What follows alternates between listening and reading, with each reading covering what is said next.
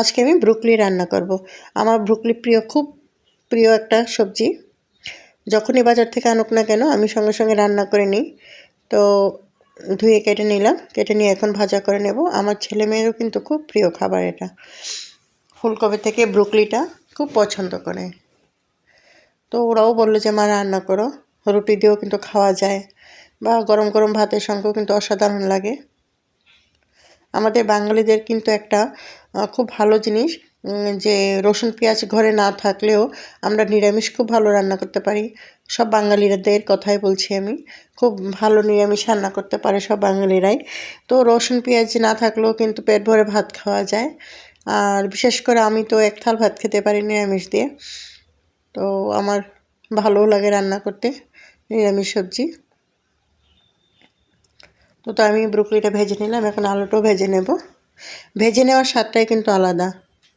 এক ফোড়নে রান্না করা যায়। যদি কম তেল খেতে ভালোবাসেন তাহলে কিন্তু এক ফোড়নই হয়ে যায়। মশলাটা ফোড়ন দিয়ে একটু ভাপ দিয়ে নিলে ভালো হয়, একটু ভাপ দিয়ে তারপরে এক ফোড়নই হয়ে যায়। তো আমি এখানে আলাদা আলাদাভাবে ভেজে নিলাম। আলাদা আলাদা ভেজে নিয়ে আমি দেখুন শুকনো লঙ্কা তেজপাতা ফোড়ন দিয়ে এবং পাঁচ মশলা ফোড়ন দিয়ে দিলাম। আর মশলা কি আর জিরে গুঁড়ো বা ধনিয়া গুঁড়ো একটু। তো আমি এখানে ধনিয়া গুঁড়োটা দিইনি, জিরে গুঁড়োটাই দিয়েছি। আর আদা দেখুন। আর আরেকটা জিনিস কি, যদি হাতে সময় না থাকে মশলাটা বাটাবাটির কোনো প্রয়োজন নেই, কেটে কেটেও দেওয়া যায়। তো আমি কেটে কেটেই দিয়ে দিলাম। আজকে মশলাটা আমি পেস্ট করে নিই।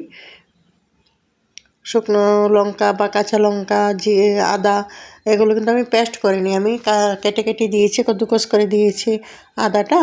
আর কাঁচা লঙ্কা কিন্তু আমি কেটেই দিয়ে দিয়েছি, কারণ আমার হাতে সময় নেই। তো তার জন্য আমি কেটে দিয়ে দিয়েছি।